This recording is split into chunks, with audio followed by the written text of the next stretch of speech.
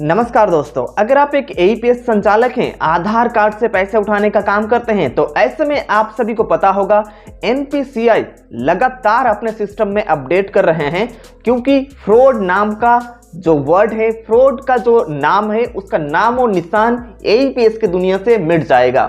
अब फ्रॉड भी 10 बार सोचेगा कि अगर फ्रॉड करने जाएं तो इतना सारा लंबा प्रोसेस फॉलो करना पड़ेगा, उसके बाद भी मेरा आईडी एक्टिव नहीं होगा। तो एनपीसीआई अपने सिस्टम में बहुत ज्यादा चेंजेस कर रहे हैं। आजकल कई सारे ऐसे रिटेलर्स का आईडी हैं जिसको ब्लॉक किए गए हैं। हम लोगों के भी कई सारे ऐसे रिटेलर्स हैं जिनका आईडी को एनपीसीआई की तरफ से ब्लॉक किए गए हैं।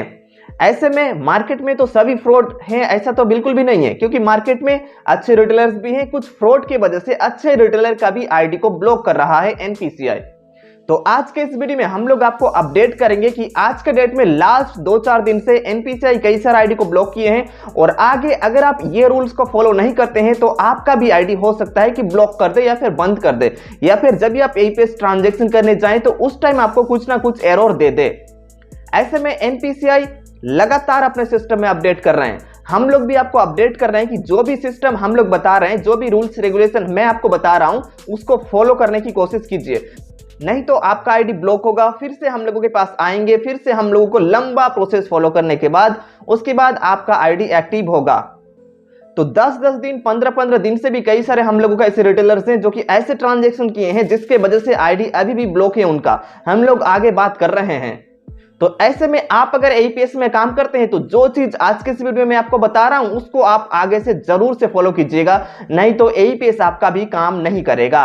सबसे पहले आपको ध्यान में रखना है, आप आईडी लेते टाइम जो भी डिटेल्स दिए हैं जैसे कि आधार कार्ड, पैन कार्ड एक्सेट्रा, वो सभी डिटेल्स में जो भी एड्रेस है, मतलब जो आपका आधार रजिस्टर एड्रेस है, उसी एड्रेस से आपका आईडी ऑपरेट होना चाहिए। मतलब आप कहीं अदर एड्रेस में जाकर के अगर आप आईडी को लॉगिन करते हैं और पैसा उठाने की कोशिश करते हैं तो ट्रांजैक्शन तो आपका फेल्ड जाएगा ही, साथ में आईडी भी आपका ब्लॉक का चांस रहता है।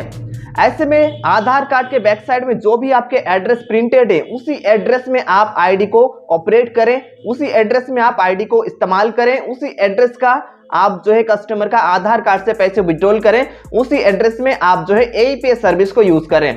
किसी अदर एड्रेस में आईडी को ऑपरेट नहीं करना है। अगर अदर एड्रेस में आईडी को ऑपरेट करते हैं, पैसा उठाने जाते हैं, ट्रांजैक्शन तो फेल्ड जाएगा ही, आपका आईडी भी ब्लॉक होगा और नेक्स्ट टाइम से आप जो है एनपीसीआई के शक के दायरे में आ जाएंगे।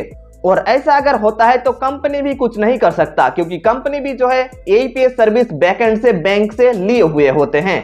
तो नेक्स्ट टाइम से आपको ध्यान में रखना है कि आपका एक ही लोकेशन से जो आधार रजिस्टर है उसी लोकेशन से आपका आईडी ऑपरेट होना चाहिए। दूसरा नंबर जो आईडी ब्लॉक हो रहे हैं वो है आपका इनवैलिड ट्रांजैक्शन, मतलब फेल्ड ट्रांजैक्शन का ज्यादा हो जाना। मान लीजिए एक एईपीएस ट्रांजैक्शन आप करने जा रहे हैं, उसमें अगर कस्टमर का ट्रांजैक्शन फेल्ड जाता है तो नेक्स्ट ट्रांजैक्शन आपको 24 घंटे बाद ही करना है। मतलब अगर आप आज आईडी खुले हैं सुबह में और पूरा दिन काम करते हैं तो ज्यादा फेल्ड ट्रांजैक्शन नहीं जाना चाहिए। 100% में से 25% आपका फेल्ड ट्रांजैक्शन जाना चाहिए, या 1-2% इधर उधर हो सकता है। 25% आपका जो है फेल्ड जाना चाहिए। 75% रेशियो जो है सक्सेस का होना चाहिए। फेल्ड ट्रांजैक्शन कोशिश कीजिए सबसे कम हो, मतलब फेल्ड ट्रांजैक्शन आपको बिल्कुल भी नहीं करना है, सबसे कम हो, तभी आपका आईडी सेफ रहेगा।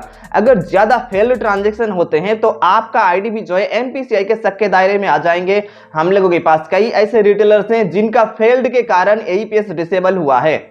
अभी हम लोग आगे बात कर रहे हैं कंपनी से, कंपनी भी तो बैंक से बात करेगा, उसके बाद ना आईडी एक्टिव होगा। ऐसे में इतना सारा लंबा प्रोसेस को अपनाने से अच्छा है कि आप लोग ध्यान करें, जो भी कस्टमर आए, अगर ट्रांजैक्शन फेल्ड जाता है नेक्स्ट जो है ट्रांजैक्शन आपको 24 घंटे बाद ही करना है।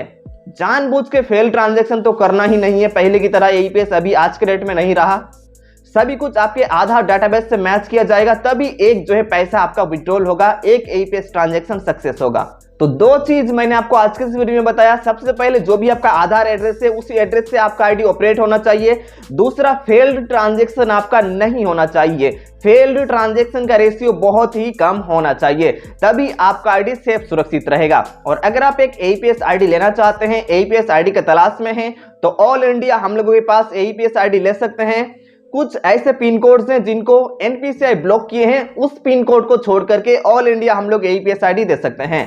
दिए गए नंबर पर हम लोगों को कॉल या फिर व्हाट्सएप कीजिए, हम लोगों का टीम आपको गाइड करेगा और एईपीएस आईडी दे देगा। उससे पहले अलर्ट कर दूं, आप अगर एक फ्रॉड है, मेरा वीडियो देख रहे हैं, तो आप मत आए हम लोगों के पास से, क्योंकि आपका आईडी चार्ज चला जाएगा और आईडी आपका बिल्कुल भी रेडी नहीं होगा। इतने लेयर का सिक्योरिटी को तोड़ना आज के डेट में नेक्स्ट टू इम्पॉसिबल है। सो थोड़ा सोच समझ के काम कीजिए और जो जेन्युइन रिटेलर हैं आप बिल्कुल काम कर सकते हैं, उसमें कोई दिक्कत नहीं है।